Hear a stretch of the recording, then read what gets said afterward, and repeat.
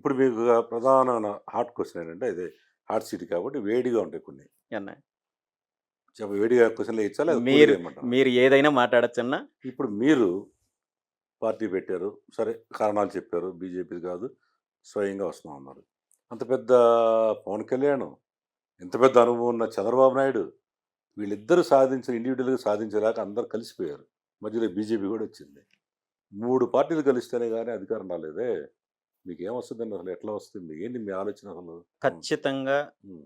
BCY పార్టీకి హ్మ్. అధికారంలోకి రావడానికి హ్మ్. 100% అవకాశం ఉందన్న. హ్మ్. మీరన్నట్టు ఈ 3 పార్టీలు కలిశాయి, 4 పార్టీలు కలిశాయి అంటే వీళ్ళు గత అనేక సంవత్సరాల నుండి ఈ రాష్ట్రంలో కొనసాగిస్తున్న రాజకీయ విధానాలు కావచ్చు, హ్మ్. అధికారంలోకి వచ్చిన తర్వాత హ్మ్. చేసిన పాలన కావచ్చు, ఈ రాష్ట్ర ప్రజలందరికీ తెలుసు. ఈరోజు చంద్రబాబు నాయుడు గారు ఒంటరిగా ఎన్నికలెళ్తే రాష్ట్ర ప్రజలు చే చీదరిస్తారనే గతంలో 2019 నుండి 24 వరకు అధికారంలో ఉన్న జగన్మోహన్ రెడ్డి గారు ఎన్ని అరాచకాలు చేసినా, ఎంత నియంతృత్వ పాలన కొనసాగించినా కానీ, హ్మ్. మళ్ళీ చంద్రబాబు నాయుడు గారు ఒంటరిగా ఎళ్తే అధికారంలోకి రాలేడు కాబట్టి, ఆ రోజు అప్పుడున్న పరిస్థితుల్లో కూటమిలాగా ఏర్పడి వాళ్ళెళ్ళే పరిస్థితొచ్చింది.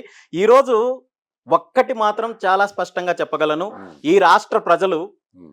చంద్రబాబు నాయుడు గారి పరిపాలన జూశారు. జగన్మోహన్ రెడ్డి గారి పరిపాలన జూశారు. ఇంకా పవన్ కళ్యాణ్ గారి విధానాలు జూశారు. హ్మ్. పార్టీలు గతంలో కాంగ్రెస్ పార్టీకి అధికారం ఇచ్చి చూశారు. హ్మ్. ఒక్కటైతే చాలా స్పష్టంగా చెప్పగలను. ఈ హ్మ్. రాష్ట్రంలో 100% ప్రజలు ప్రత్యామ్నాయ రాజకీయ పార్టీ కావాలని కోరుకుంటున్నారు. ప్రత్యామ్నాయ నాయకత్వం కావాలని కోరుకుంటున్నారు. అందులో దిశగానే అందులో భాగంగానే బీసీవై పార్టీ తొందరలోనే ప్రజల్లోకి వెళ్ళబోతోంది. పార్టీ నిర్మాణం చేపట్టబోతున్నాము.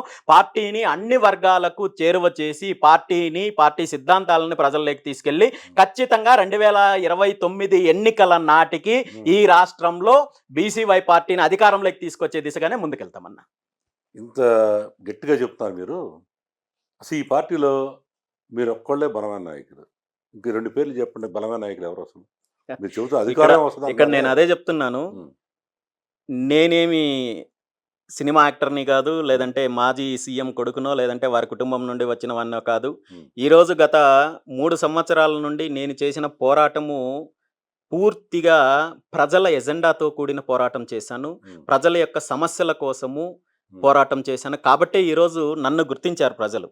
అదే విధంగా ఈరోజు పార్టీని గుర్తిస్తున్నారు. పార్టీ విధానాలు నచ్చి గుర్తిస్తున్నారు. సో, భవిష్యత్తులో ఖచ్చితంగా ఈ 2, 3 సంవత్సరాలు మేము చేసిన పోరాటం వల్ల భవిష్యత్తులో ఖచ్చితంగా ప్రజల్లో బలమున్న నాయకులు బీసీవై పార్టీతో నడవడానికి సిద్ధంగా ఉన్నారు. దానికి మీరన్నట్టు కొంత సమయం పడుతుంది. హ్మ్. నేను ఒక సినిమా యాక్టర్‌గా రాజకీయాల్లోకి అడుగు ముందుకు వేస్తే వెంటనే ఓవర్ నైట్ పెద్ద పెద్ద నాయకులు వచ్చే అవకాశం ఉందేమో కానీ, ఈరోజు నేను ఎటువంటి బ్యాక్‌గ్రౌండ్ లేకుండా పూర్తిగా ఒక సైద్ధాంతిపరమైన రాజకీయాల కోసము, ప్రత్యామ్నాయ రాజకీయాల కోసము అడుగులు ముందుకు వేశాను కాబట్టి, హ్మ్. కొంతవరకు సమయం పట్టినప్పటికీ కూడా హ్మ్. భవిష్యత్తులో ఖచ్చితంగా బీసీవై పార్టీలకు పెద్ద నాయకులు వస్తారు. పార్టీని నడిపించే పరిస్థితి ఉంటుంది. పార్టీని అన్ని వర్గాల ప్రజలకు చేరవజేసి ఖచ్చితంగా ఎన్నికలు ఎదుర్కొని అధికారంలోకొచ్చి ఈ రాష్ట్రంలో ఒక సరికొత్త రాజకీయ చరిత్ర సృష్టించడానికి బీసీవై పార్టీ